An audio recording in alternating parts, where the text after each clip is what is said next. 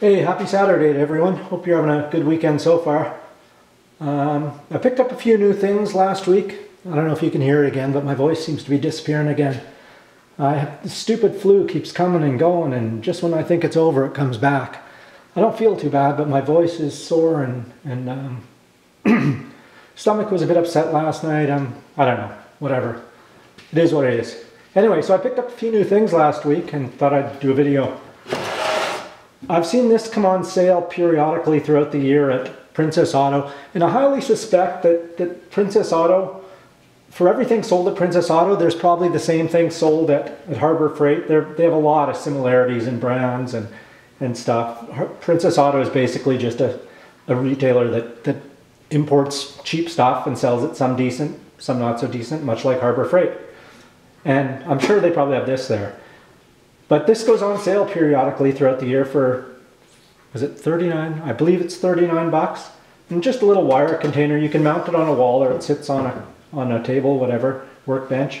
And it just comes with various colors and gauges of wire lengths. This blue is 22 gauge, and it's 64 feet of it. 20 gauge, 62 feet, 18 gauge, 88 feet, 14 gauge, 20 feet, 20 gauge, 62, 18, 38, 16, 32, 12 gauge, 16 feet, 10 gauge, 14 feet. Some speaker wire is 24 feet. I'm not sure what gauge that is. It's not too bad. I've seen thinner. Zip cord, they call it, 18 feet. It's just double wire for lamps and things like that. And again, double wire Bell telecommunications wire, 15 feet.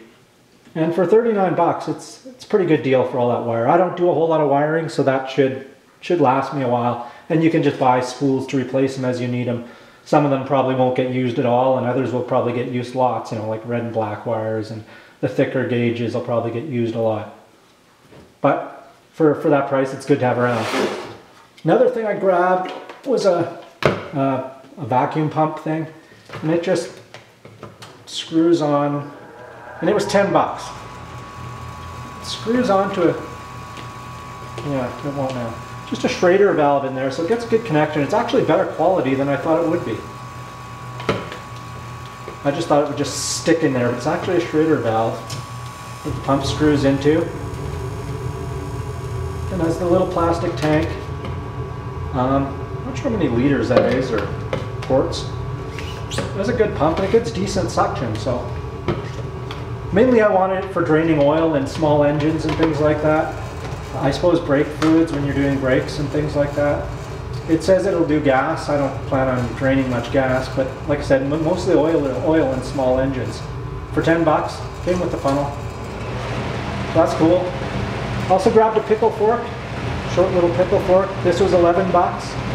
And I have a longer one, but sometimes the shorter ones are easier to get in. And a question for those of you out there watching that watch my channel.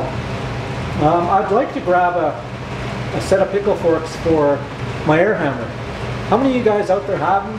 What did you pay? Do you think they're worth it? I don't want to spend a whole bunch of money for the amount of time I use them. I've gotten away with these and I don't even use these a whole lot.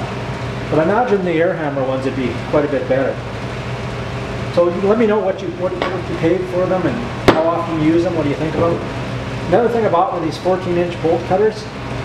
And they were cheap. They were on sale for like 10 bucks. And they're chromoly steel head on them. And I just want it for snipping small bolts. I mean, a lot of the times I'll just use like a side cutter. And this one's not too bad, but some of them get pretty little chunks knocked out of them. And so I thought this would be great for just nipping off small bolts and thicker wires and stuff. So yeah, I grabbed those. Another thing I grabbed was a 3/8 aluminum socket rail with the plastic clips. And it was actually, I just wanted it for my swivel 3/8 impact sockets. But it didn't come in a short length, just comes in a long length. So I cut it down and use it for that. And this for these to get rid of one of those crappy steel ones like everyone has and hates, are those things. And I hate those. So yeah, cut it down. It was aluminum. I used a little Dremel saw with cutoff wheel on it, and it was 10 bucks. So it's got the plastic clips. I don't like twist locks or anything. I don't need to lock them. My toolbox is stationary. It doesn't travel around the shop. So yeah, that makes it a bit more organized in here. To take you off the tripod here. Another thing I did, I've shown this previously, was the plier rack I made out of a dish rack that I cut. And what it was, if you didn't watch the video, it was like this, full size. And I cut it down to this. Let me bring that over here. So yeah, I cut it down for that to the pliers, and I had all my pliers in the drawer, and it was fine, everything worked fine. But I didn't like the look of it. I mean, you open the drawer and it looks like a dishwasher inside being white. So I took all the pliers out, and why isn't this focusing? And actually spray painted it flat black. And it blends in more with the drawer now and doesn't stick out so much, and it just holds the pliers and looks really good. It's definitely handy. Also put some elastic bands around the handles on these. Those are those pre-sprung little pliers. And if you don't, the handles stick up too far and the drawer won't close. So yeah, that's one of the other things I did. And also by changing to these aluminum socket rails, it opened up some more space in here. Not a whole lot, but a little bit. Sorry, organizing as I go here. But yeah, so I've got a little more room in here now. Not a whole lot, but the drawer is kind of full. And so that gives me more room, and these stand up better. Stand up better there instead of laying down with the drawer being open and closed.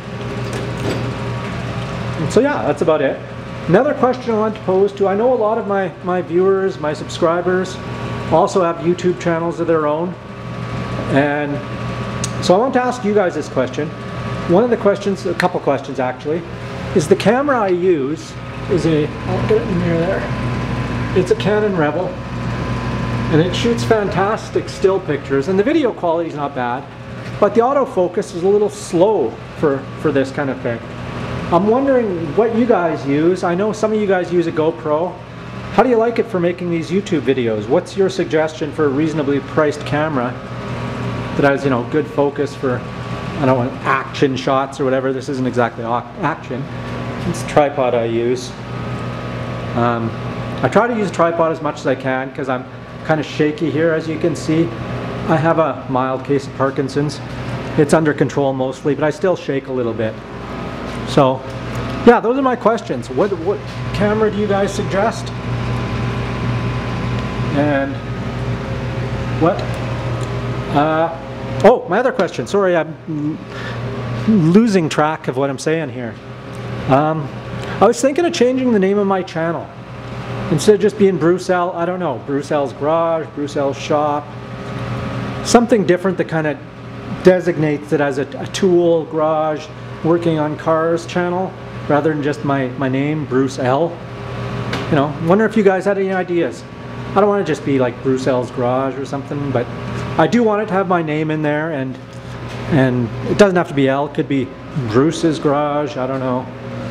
Just thought I'd throw that out there, see if you guys had any ideas. You know, I've looked at some of your ideas, and some of you guys have great names, and mine just kind of bland. I mean, when I first started the channel out, I wasn't planning on focusing on automotive and tool stuff. I planned on doing a bunch of stuff, but this is just what it worked out to.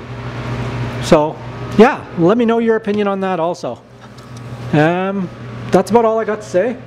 I'll put this back on the tripod here, hold on. Actually, I was going to do one more thing while I had you there. I'll bring you over here to the workbench, to the vise. Let's see. Zoom. Whoa, whoa. Yeah, so that's like that kind of size of bolt or screw is what I kind of wanted these for. And it just nips them off without ruining my side cutters. I mean, it'll do thicker, probably twice as thick as these. But I just didn't want to ruin my side cutters, so that's basically what I wanted these for. And for the price, yeah, it hasn't nicked the the blades. It's put some scratches on them. I guess that's to be expected, but it hasn't actually taken a chunk out of them. So yeah, that's all I wanted these for anyway. And at 10 bucks, they're grip brand. What is that? Grand Rapids Industrial Products or something. So they're not anything fancy, but I'm not going to spend snap-on money on bolt cutters. I have a bigger set for more robust things that need cutting, like locks and that type of thing. So yeah, so that's all. Thanks for watching my video. Again, please like, subscribe, and comment. I love comments. Comments are great. Lets people know that or lets me know that you guys are watching and what you think of my videos, what I can do to improve them. So, okay, have a good weekend and take it easy.